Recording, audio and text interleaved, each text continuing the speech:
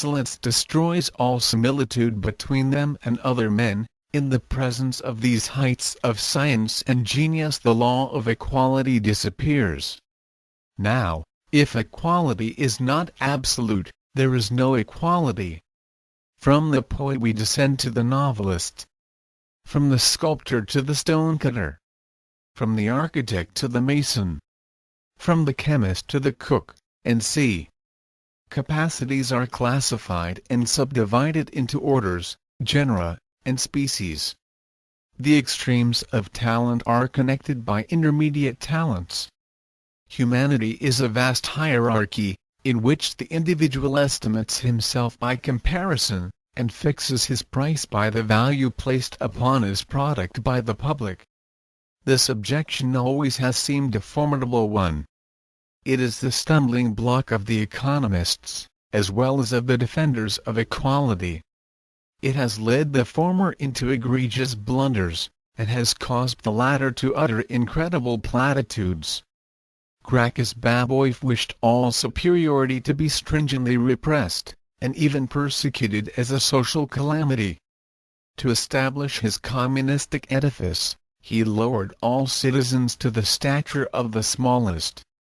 Ignorant eclectics have been known to object to the inequality of knowledge, and I should not be surprised if someone should yet rebel against the inequality of virtue. Aristotle was banished, Socrates drank the hemlock, Epaminondas was called to account, for having proved superior in intelligence and virtue to some dissolute and foolish demagogues.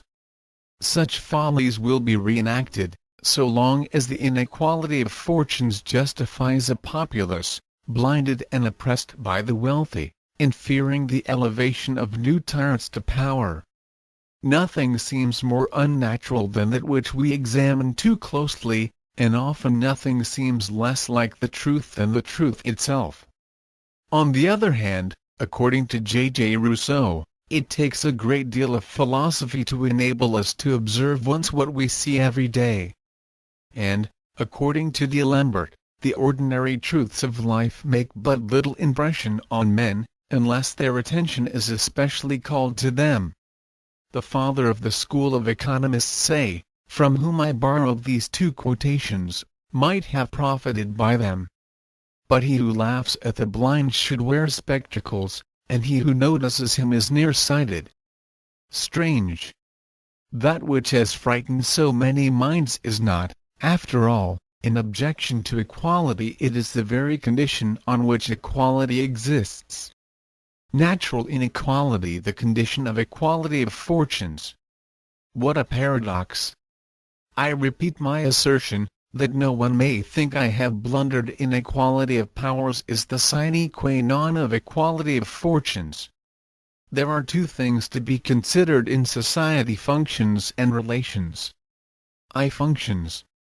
Every laborer is supposed to be capable of performing the task assigned to him. Or, to use a common expression, every workman must know his trade. The workman equal to his work. There is an equation between functionary and function. In society, functions are not alike. There must be, then, different capacities. Further, certain functions demand greater intelligence and powers. Then there are people of superior mind and talent. For the performance of work necessarily involves a workman, from the need springs the idea, and the idea makes the producer. We only know what our senses long for and our intelligence demands. We have no keen desire for things of which we cannot conceive, and the greater our powers of conception, the greater our capabilities of production. Thus, functions arising from needs, needs from desires, and desires from spontaneous perception and imagination, the same intelligence which imagines can also produce. Consequently, no labor is superior to the laborer. In a word, if the function calls out the functionary, it is because the functionary exists before the function. Let us admire nature's economy. With regard to these various needs which she has given us, and which the isolated man cannot satisfy unaided, Nature has granted to the race a power refused to the individual. This gives rise to the principle of the division of labor, a principle founded on the speciality of vocations.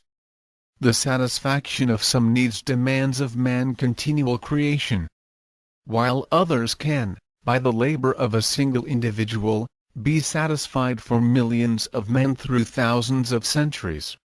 For example, the need of clothing and food requires perpetual reproduction, while a knowledge of the system of the universe may be acquired forever by 2 or 3 highly gifted men. The perpetual current of rivers supports our commerce, and runs our machinery. But the sun, alone in the midst of space, gives light to the whole world. Nature, who might create Platos and Virgils, Newtons and Cuviers, as she creates husbandmen and shepherds, does not see fit to do so, choosing rather to proportion the rarity of genius to the duration of its products, and to balance the number of capacities by the competency of each one of them. I do not inquire here whether the distance which separates one man from another, in point of talent and intelligence, arises from the deplorable condition of civilization, nor whether that which is now called the inequality of powers would be in an ideal society anything more than a diversity of powers. I take the worst view of the matter. And, that I may not be accused of tergiversation and evasion of difficulties, I acknowledge all the inequalities that anyone can desire. Certain philosophers, in love with the Levailing idea, maintain that all minds are equal, and that all differences are the result of education. I am no believer, I confess, in this doctrine, which, even if it were true, would lead to a result directly opposite to that desired. For, if capacities are equal, whatever be the degree of their power, as no one can be coerced, there are functions deemed coarse, low, and degrading, which deserve higher pay, a result no less repugnant to equality than to the principle, to each capacity according to its results.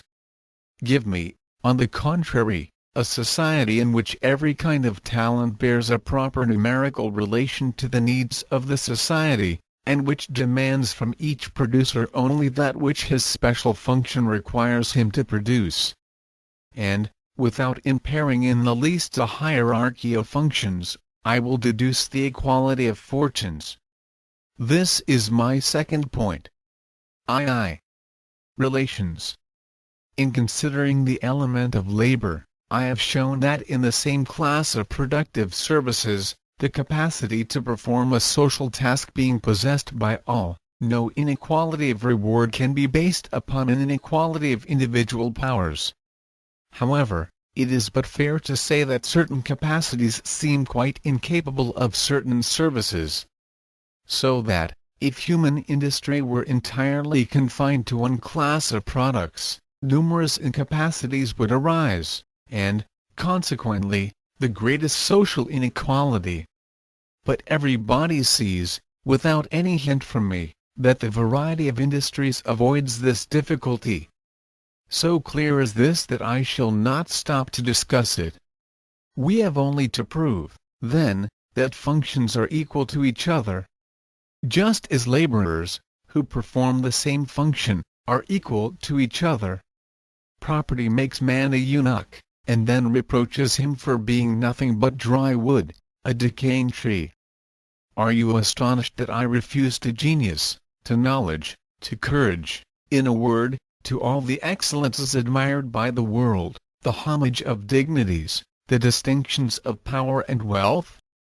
It is not I who refuse it, it is economy, it is justice, it is liberty. Liberty. For the first time in this discussion I appeal to her. Let her rise in her own defense, and achieve her victory. Every transaction ending in an exchange of products or services may be designated as a commercial operation. Whoever says commerce, says exchange of equal values. For, if the values are not equal, and the injured party perceives it, he will not consent to the exchange, and there will be no commerce. Commerce exists only among